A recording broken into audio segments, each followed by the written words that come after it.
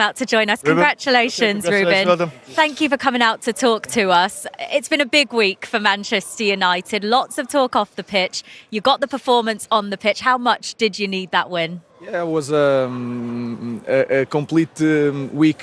We show a little bit the future. We dealt with the problems of the present, and then and today we had a good performance from our team. I think the physicality was there, and in this competition it's completely different. We can be the dominant team in physicality. So we are learning about us, about different competitions, how to win games, sometimes how to draw games to win some points. So it was a tough week, but a good week. Rúben, you haven't had loads of players to choose from. Do you think that has helped you with the consistent and trying to understand the way you want to play? It feels like it's getting there a bit better, especially defence. I think De Ligt has been magnificent. Bruno and Casemiro coming into the team as well. He's had a great experience. Yeah, like I said, I think I'm also learning how to use players like Casemiro, and like you said, without a lot of options, we are trying to put our players in the best positions, and that help us a lot. I think you can feel that they have more freedom, and then because of one game in Spain, that we try to use the pace of Garnacho on the right, and he showed me so many things on the right, maybe better than the left. So I'm trying to find the best solution for the team, and that helps us to play all the time with the same team. It was hard. Sometimes we lost some pace in the end of the games, but we are learning. I know a lot's made of Rasmus not scoring a goal for some time, but you know there's many centre forwards that play this game and the only thing they do is score a goal. And if they don't do that, they don't really get involved in the game. I think Rasmus Højlund, if he doesn't score, which he hasn't done again tonight, he still gives you things. As a centre forward, he works so hard. He gives you presence up there. It's just because we play with the 2 10s, we need one player to push the team to make the runs, and he's doing that. He's helping a lot the team. He's better in connection. Today he did some 3 or 4 connections that can allow us to change the side of the game.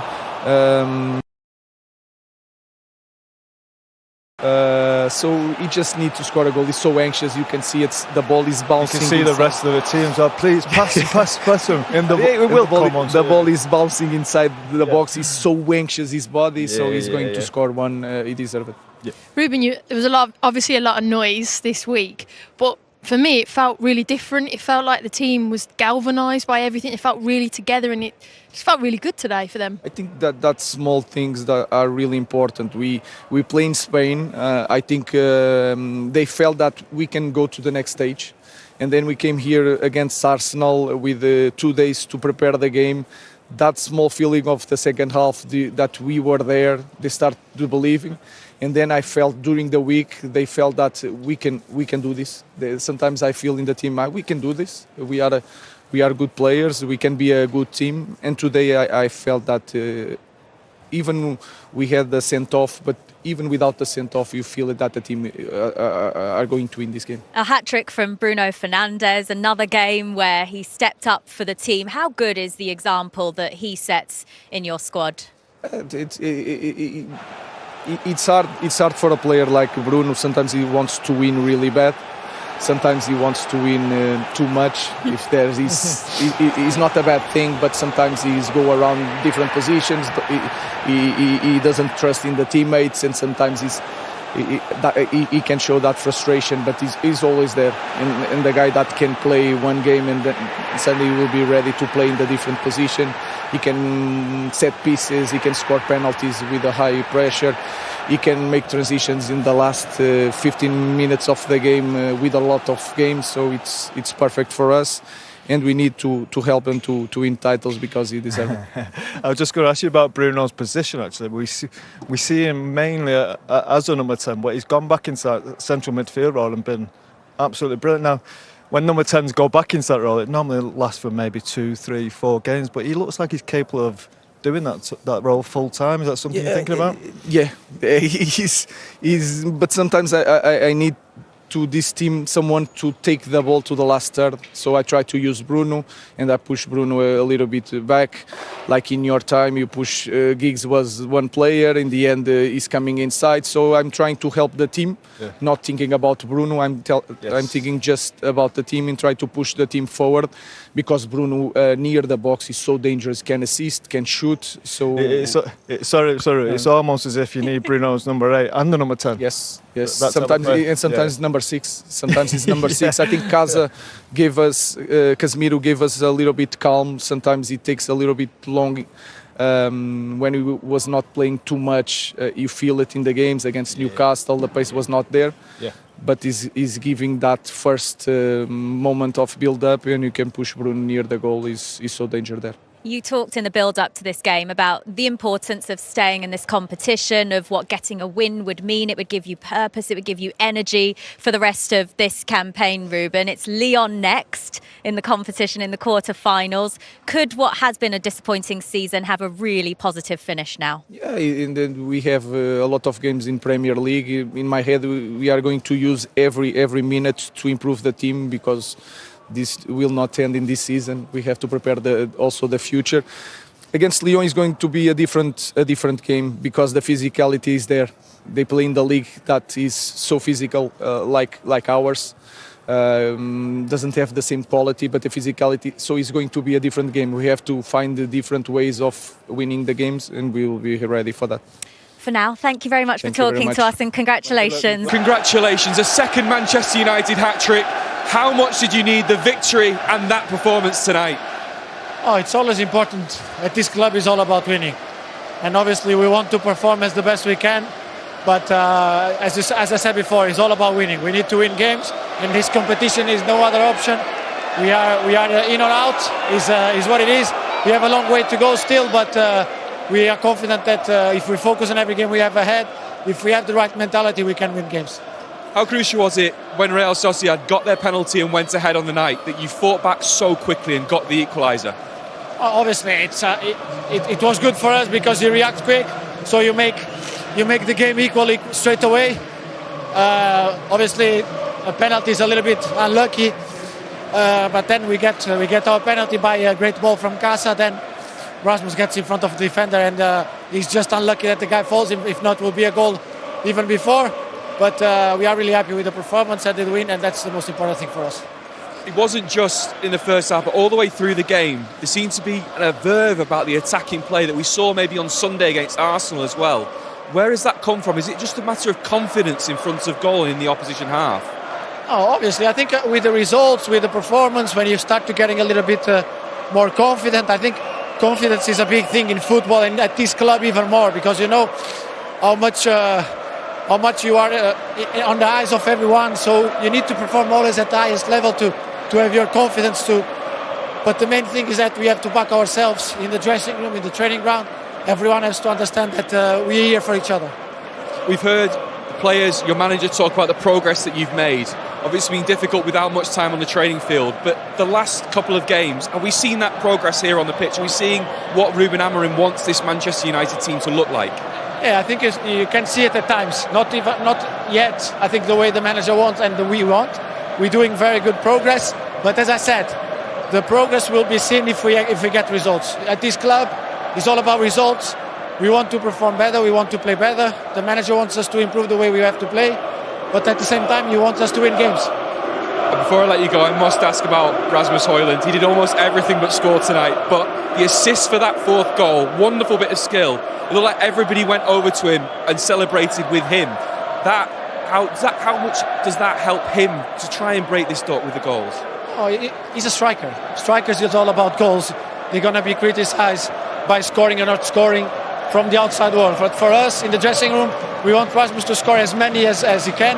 But at the same time, we need to understand every movement he does. He got the penalty for the first game, for the first goal. He did a lot of movements to attract people.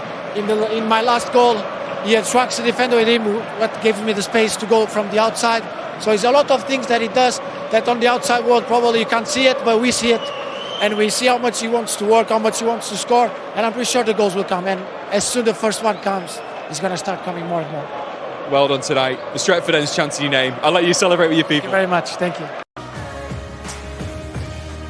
Yes, well, you are welcome back to studio with Neil and Richard and myself. It is nice to have a positive night for United, Neil. It is, yeah, because it's been a really difficult season for them.